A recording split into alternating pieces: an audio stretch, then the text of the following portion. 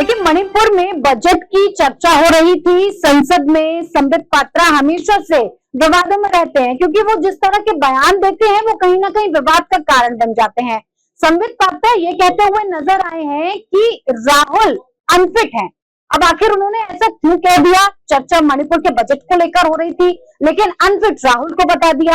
आखिर ये बहस कहां से किधर मुड़ गई, ये हम जानने की कोशिश करेंगे। हमारे साथ हरीश जी हैं, हमारे साथ भास्कर जी। भास्कर जी, क्यों राहुल अनफिट नजर आ रहे हैं संबित पात्रा को? आखिर संसद में ऐसा क्या हुआ कि चर्चा कहीं से कहीं पहुंच गई?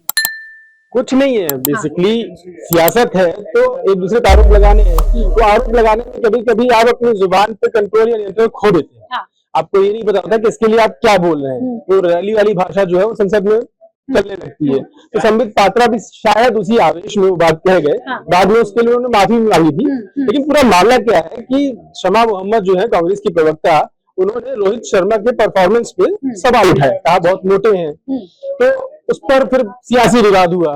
शहजाद पूनावाला ने कहा कि 90 चुनाव हारने के बाद भी राहुल गांधी कांग्रेस के कैप्टन हैं। अब ऐसे कैप्टन के साथ कांग्रेसी अगर रहेंगे तो रोहित शर्मा पे सवाल उठाएंगे ही। तो उसी मुद्दे को और बढ़ाते हुए संबित पात्रा ने राहुल गांधी को अनफिट बता दिया कि भैया राहुल गांधी अनफिट है, रोहित शर्मा फिट है। मामला यहाँ पे रुकना था, लेकिन कांग्रेस ने इसको मुद्दा बना लिया। वो गोगोई साहब भी खड़े हो गए, आराधना जी थी वो खड़ी हो गई और खूब बवाल मचाया। जिसके बाद संबित पात्रा ने माफी भी मांगी, कि कहा कि अगर मुझसे कुछ गलती हुई हो, मैंने विपक्ष के किसी नेता की भावना को ठेस पहुंचाई हो, तो मैं उसके लिए माफी चाहता हूँ। लेकिन ये मजेदार है, मोदी के मोटापा कम करो अभियान के बीच में ये फिट अनफिट वाली जो जंग है ना, ये संसद में मजेदार लग रही है। बिल्कुल लग रही है। हरीश जी, क्या लगता है आपको, क्या कांग्रेस के पास मुद्दा नहीं बचा, मुद्दा विहीन हो चुकी है, इसलिए अनफिट और फिट पर लड़ रही है? देखिए, कांग्रेस के पास अगर मुद्दा होता तो मल्लिकार्जुन खड़गे को जो है ठोको वाला बयान देने की जरूरत नहीं पड़ती। पूरे सिर्फ कांग्रेस नहीं, पूरे विपक्ष के पास अगर मुद्दा होता तो लोकसभा में कीर्ति आजाद जो कि टीएमसी के सांसद हैं, उन्हें जो है गिरिराज सिंह को भला बुरा कहने की, संसद में ही अमर्यादित भाषा का इस्तेमाल करने की जरूरत ना पड़ती। यदि कांग्रेस के पास मुद्दा होता तो जो बहस थी जिसमें संबित पात्रा थे, और वो पूरा मुद्दा जो है वो अनफिट और फिट वाली डिबेट में ना जाता। अब कौन फिट है कौन अनफिट है ये हम सभी जानते हैं। आप लोकसभा चुनाव में लगातार 3 लोकसभा चुनाव में कांग्रेस का प्रदर्शन देख लीजिए, 100 के नीचे है। पहली बार तो 50 भी नहीं पहुंची, दूसरी बार जैसे तैसे 50 पहुंची, तीसरी बार 100 तक नहीं पहुंच पाई। तो अनफिट और फिट की डिबेट लगातार होती रहेगी। फिर उन चुनावों के बाद हमने बिहार का, हमने हरियाणा का चुनाव देखा, फिर हमने दिल्ली का चुनाव देखा, वहां भी जो है राहुल गांधी के अनफिट होने की बातें उठी। शहजाद पूनावाला कह चुके हैं कि 90 चुनाव हार चुके राहुल गांधी। तो फिट अनफिट की डिबेट जो है वो इसलिए बढ़ी, इसलिए आगे बढ़ रही है क्योंकि कांग्रेस के पास और कुछ कहने के लिए है नहीं। इसलिए जहां जैसा जो हाथ लगे उसी पर बोल लिया जाए, मन की भड़ास निकाल ली जाए और जो चर्चा में बने रहे किसी भी तरीके से चर्चा में बने रहने की कोशिश कर रही है कांग्रेस। क्या लग रहा है, रूबी है हमारे साथ, चर्चा में बने रहने की कोशिश कर रहे हैं राहुल गांधी या कांग्रेस पार्टी? देखिए, ये बहुत ही लाजमी है कि अगर कांग्रेस की तरफ से कोई बयान दिया गया तो भाजपा उसे मुद्दा बनाती है। तो फिर सत्र में ये मुद्दा उठना कोई बड़ी बात नहीं है।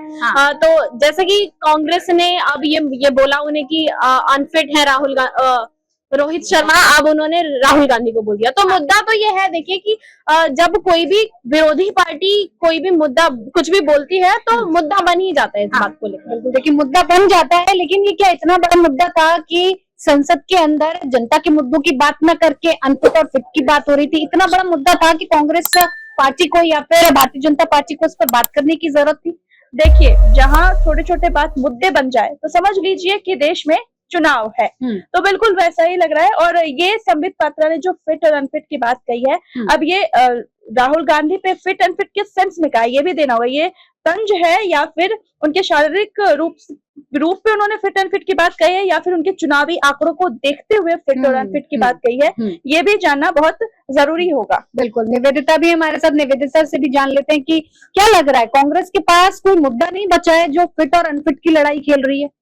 कांग्रेस के पास तो कभी से कोई मुद्दा रहा ही नहीं है। वो हमेशा दूसरों में ही घुसी रहती है और घिसे पिटे मुद्दे उठाते रहती है। लेकिन मुझे लगता है कि संबित पात्रा ने राहुल गांधी को जो अनफिट कहा है, उसके लिए उन्होंने अपना बयान वापस ले लिया, जो कि नहीं लेना चाहिए। कह दिया सो कह दिया। उसके बाद माफी मांगना और मतलब लोकसभा के रिकॉर्ड से ही हटवा दिया उस चीज हाँ, को। हाँ। तो ये मुझे लगता है सही नहीं है। इतना तो थोड़ा जिगरा होना चाहिए कि अगर कहा है तो हाँ भैया कहा है, आप अनफिट हो। हाँ ठीक है, बिल्कुल। तो देखिए, कांग्रेस पार्टी को लेकर जिस तरह से चर्चाएं हो रही हैं, संबित पात्रा ने भले ही राहुल गांधी को अनफिट कहा हो, लेकिन इसे मुद्दा बनाने को लेकर कांग्रेस बहुत आतुर नजर आ रही थी, क्योंकि कहीं ना कहीं ये साफ होता जा रहा है कि जमीनी मुद्दों से बात करने के लिए कांग्रेस के पास किसी तरह की कोई रणनीति नहीं है। कांग्रेस जमीनी मुद्दों से, हर चीज से दूर ना होती चली जाए, जनता की आंखों से ओझल ना हो जाए, चर्चा में बनी रहे, अस्तित्व में बनी रहे, इसीलिए इस तरह के मुद्दों को कहीं ना कहीं कांग्रेस पार्टी हवा दे रही है। आप बने रहिए न्यूज कॉरिडोर्स के साथ। नमस्कार। न्यूज कॉरिडोर्स आप हमें यूट्यूब पर, इंस्टाग्राम पर, एक्स पर और फेसबुक पर फॉलो कर सकते हैं।